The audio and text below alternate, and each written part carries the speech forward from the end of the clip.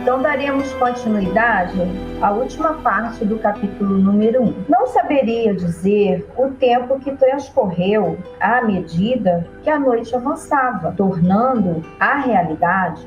Meu amigo e nós outros parecíamos haver despertado de um sonho feliz e quase sem nos darmos conta, estávamos com as mãos unidas, sorrindo e agradecendo a Deus. Oscar demonstrou haver tomado conhecimento de minha percepção psíquica, das suas lembranças, e sem delongas explicou-me. Realmente nasci em uma linda região do Tirol, num vale verde, entre as montanhas dos Alpes austríacos. Descendente de judeus, porque não houvesse sinagoga em nossa região, pude participar dos estudos do catecismo católico e frequentar a pequena e bela igreja da aldeia. Meus pais, verdadeiros anjos do Senhor, não criaram qualquer impedimento a que mantivéssemos a fé dos nossos ancestrais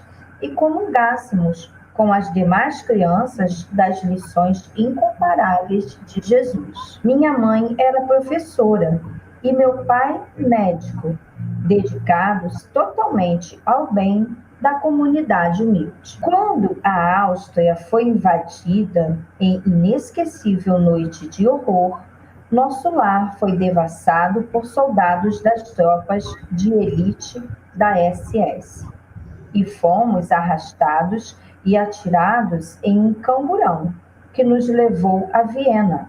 Dali, seguindo em um trem superlotado ao campo de concentração dos trabalhos forçados e de extermínio em Auschwitz, atendendo ao programa da solução final que Hitler impôs e foi executado por Himmler e seus ascetas. Desnecessário dizer que, chegando ao campo e após sermos separados, homens, mulheres, idosos, enfermos e crianças, meus pais foram levados à câmara de gás e, posteriormente, jogados nos fornos crematórios. Fez uma pausa natural, permitindo-me sugerir-lhe que não se recordasse das ocorrências perversas. Com voz pausada e triste, ele afirmou-me que o fazia como catarse libertadora das fixações profundas. Logo, prosseguiu. Em razão de encontrar-me com mais de 16 anos, fui poupado para os trabalhos forçados ao lado de outros mortos-vivos que se movimentavam automaticamente, tentando manter-se. Por 2 anos de horrores, fui transferido para outro campo não menos cruel, Sobibor, na chamada Operação Reinhardt, quando então, felizmente, terminou a guerra e fomos libertados. Conduzidos a um campo de refugiados na Áustria, embora a quase destruição de Viena, Deus havia me permitido a honra de sobreviver ao Holocausto e recomeçar a experiência humana valiosa de que então me dei conta. Muito marcado pelas dores físicas e morais,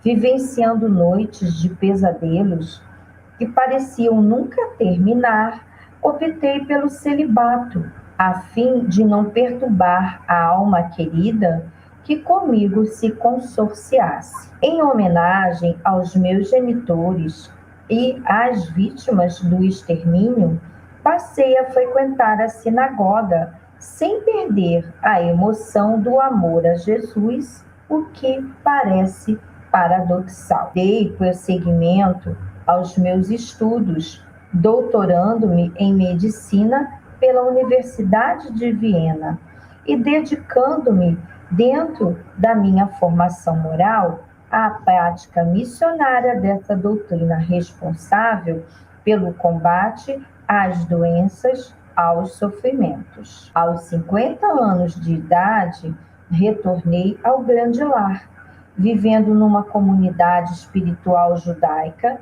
onde resido com os meus pais, havendo sido convocado para a atividade que deveremos atender na condição de irmãos em humanidade. Sorriu com um delicado véu de tristeza na face e distendeu-me a mão, pronunciando com emoção a palavra hebraica Shalom, que quer dizer paz. De imediato, agora sorrindo, exclamou: novos rumos!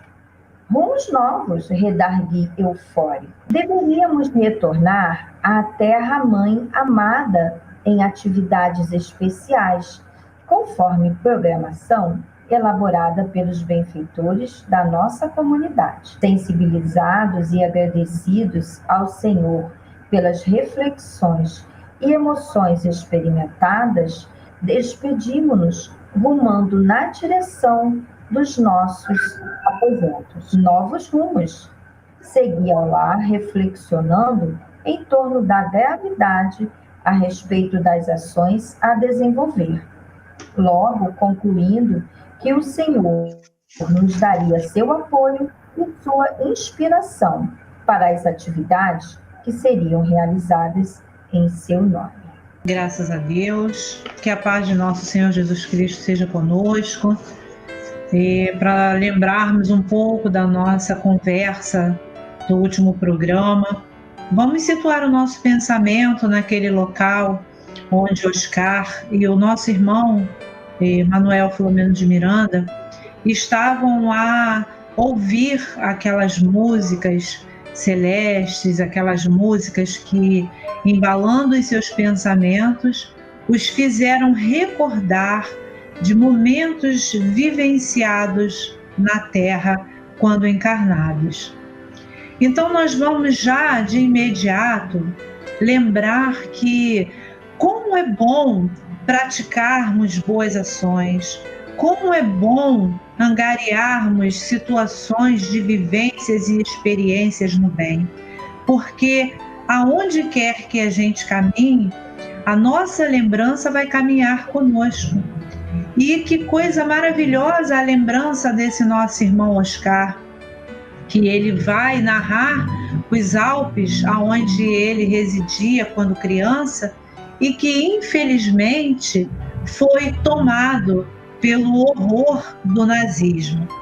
Mas antes nós vamos lembrar da importância de um atendimento fraterno. Vamos observar que o nosso irmão, depois de narrar toda aquela situação em que ele vivenciou no Holocausto, naquela loucura de Hitler e de seus asseclas, onde sua mãe, seu pai, pessoas tão do bem, pessoas tão voltadas ao bem, como ele mesmo narra, e ele próprio, ainda com 16 anos, são abruptamente retirados do seu habitat natural e levados a campos de concentração. Logo fica órfão de pai e mãe e é colocado para o trabalho forçado, justamente por ser forte, por ser jovem. E ali ele narra os horrores que ele viveu durante 2 anos seguidos.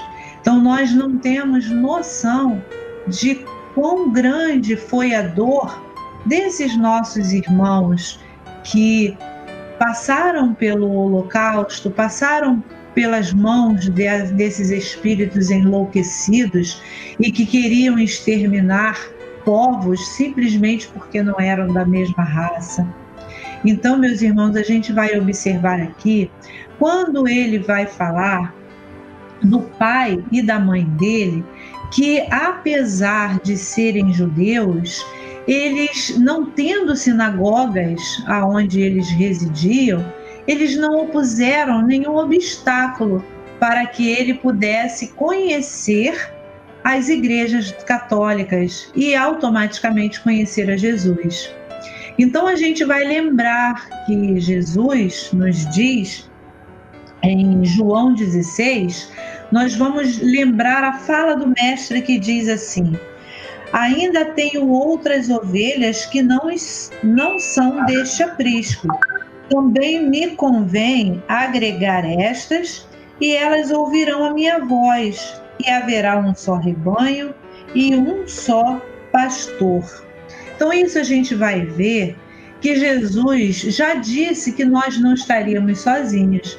E quanto à questão da religião, independente de que religião professemos, o importante é que essa religião esteja fazendo com que nós venhamos a nos tornar homens e mulheres de bem. E logo nós estamos observando que a religião dos pais desse nosso irmão era uma religião que dava a eles essa visão de se tornarem homens de bens. Tanto assim que eles liberaram o irmão para conhecer a Jesus. E olha que coisa linda. Depois dele conhecer o catolicismo, depois dele conhecer o evangelho, depois dele conhecer toda a situação do cristianismo dentro da Igreja Católica, ele guardou esses ensinamentos para nós. Então, nós vamos lembrar que na doutrina espírita a gente aprende que ela não será a religião do futuro, mas ela será o futuro das religiões. Por quê? Sendo um fato a reencarnação, sendo um fato a vida após a morte do corpo, as várias existências, as múltiplas existências, a infinidade de mundos habitados, sendo tudo isso muito verdadeiro, até porque são falas do próprio Cristo no Evangelho, nós vamos observar que hoje, mesmo as religiões que ainda não têm essa visão, elas de futuro não precisarão transformar-se em religiões doutrina espírita. Elas poderão permanecer sendo as religiões que são, apenas agregando valores novos, agregando verdades absolutas que o próprio Cristo já veio nos ensinar. E por conta da nossa convivência e da nossa conveniência cultural, nós distorcemos o Evangelho, distorcemos as palavras do Cristo. E logo em seguida vem a doutrina espírita e vai colocar todas as coisas no seu devido lugar. Então eu poderei ser protestante e espírita.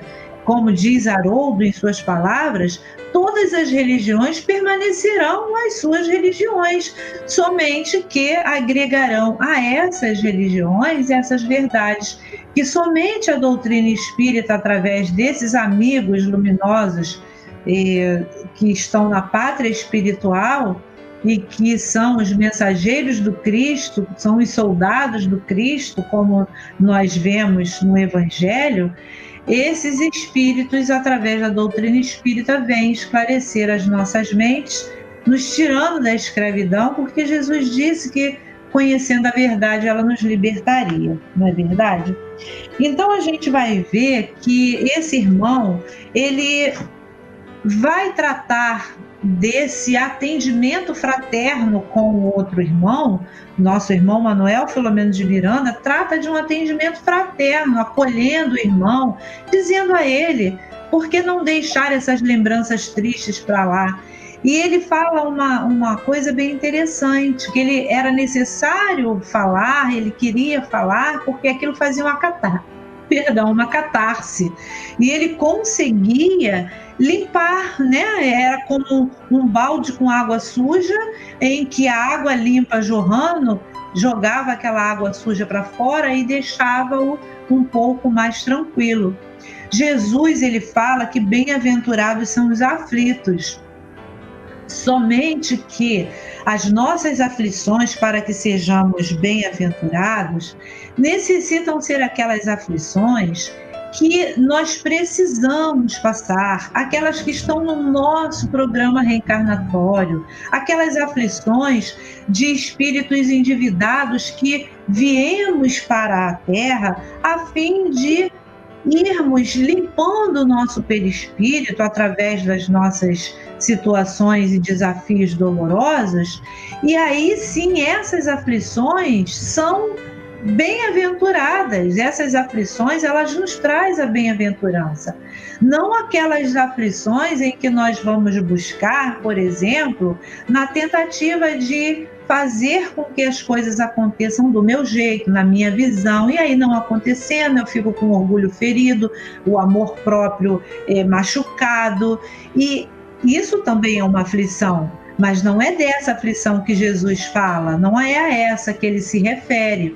Ele se refere a essa aflição que esse nosso irmão viveu. Era uma aflição genuína, verdadeira, em que ele buscou em Jesus a força para continuar a luta e a batalha. E tão bem-aventurado foi que depois que saiu daquela situação, se transformou num médico e pôde assim aliviar dores e sofrimentos. E olha que coisa interessante, não é? Quando ele fala a respeito da homenagem que ele faz ao pai e à mãe dele. Então a gente vai ver que lá em Êxodo nós vamos encontrar uma fala de Moisés, né? Honrar pai e mãe. E ele fala que em homenagem a ele, ao pai, em homenagem a ela, à mãe, e às vítimas do extermínio, ele passou a frequentar as sinagogas sem perder a emoção do amor a Jesus, o que parece paradoxal. Então, nós vamos perceber que os cuidados que os pais tiveram com ele deu a ele essa condição de amar, de honrar e de homenagear a todos eles, não apenas os pais, como a todas as vítimas do Holocausto.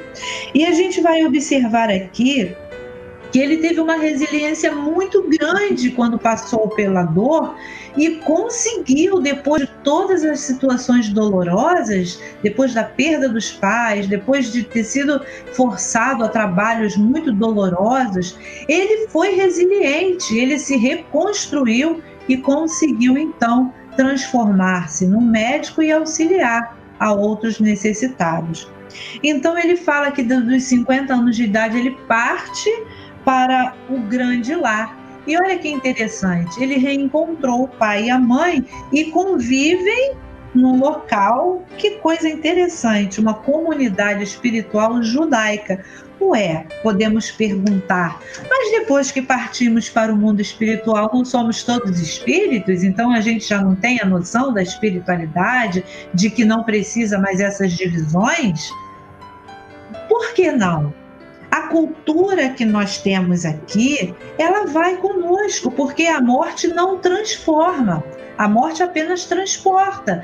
E se eu tenho essa cultura religiosa, qual o problema de chegar na espiritualidade e haver outras colônias voltadas para esses nossos irmãos que não tinham a mesma visão que nós espíritas, ou a visão que a doutrina espírita nos concede, não é? André Luiz também, ele fica um pouco chocado quando ele vê lá na colônia Nosso Lar algumas irmãs freiras. E ele pergunta ao benfeitor, mas a gente já não sabe que todo mundo é espírito, por que essa pessoa assim, vestida de freira? Aí o benfeitor fala para ele, mas não vem da terra aqueles que têm a visão do catolicismo?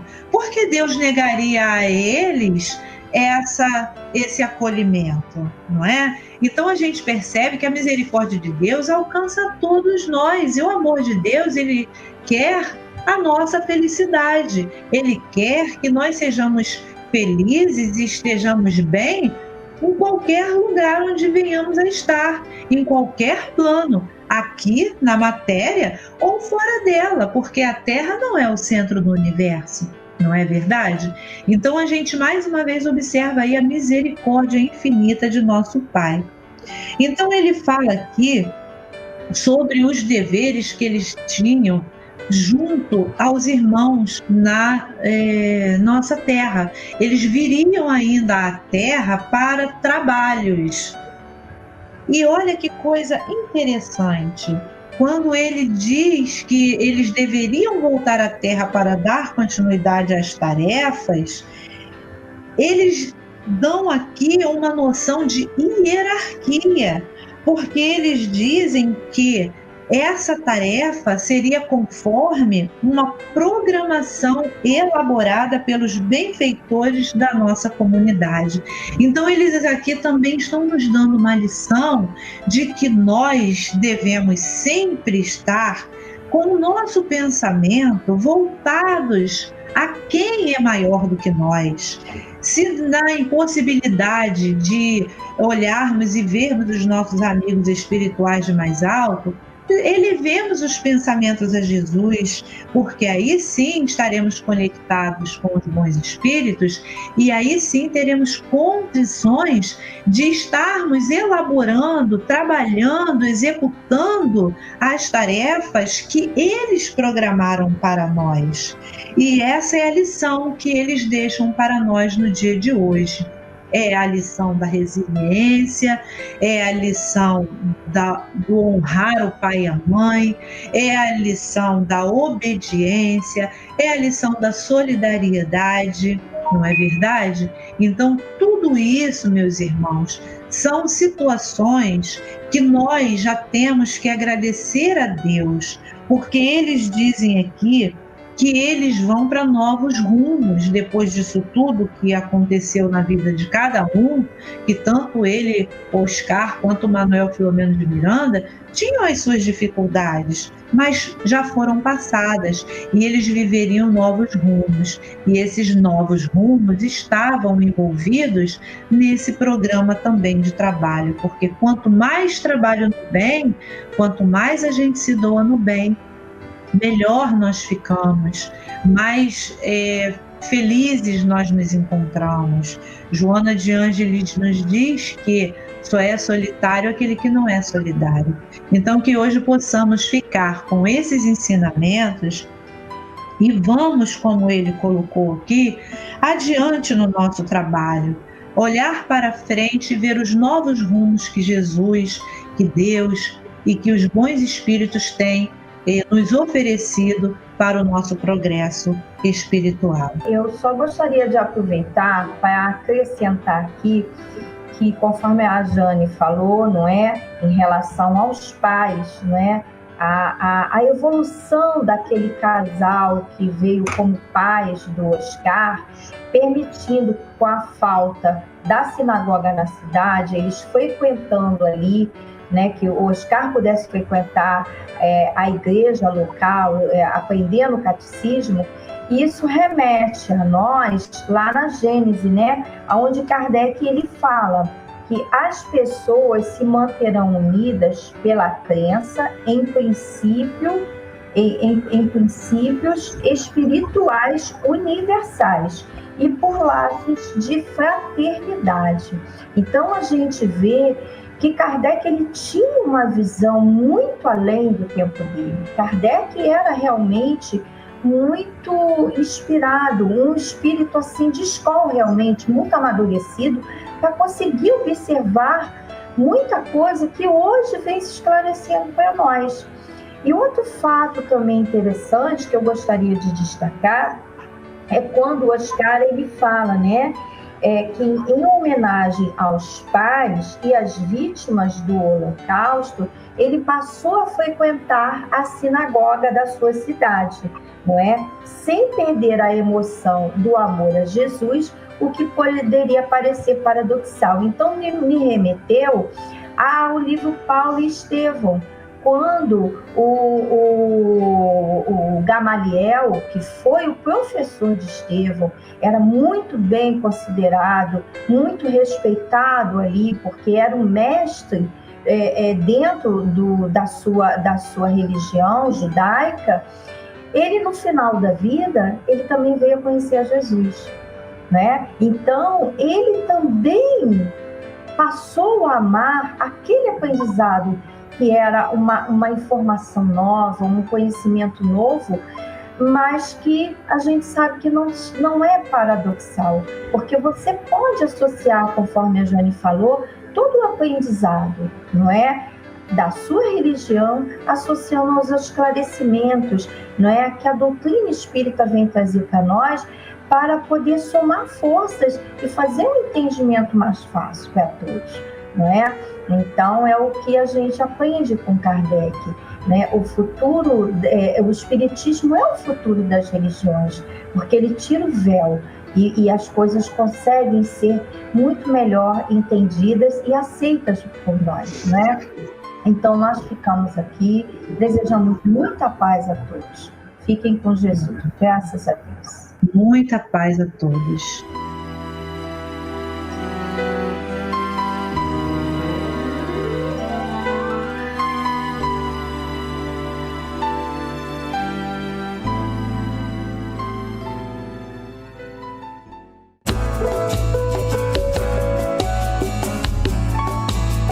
Muito obrigado por assistir o canal Renovo Espírita.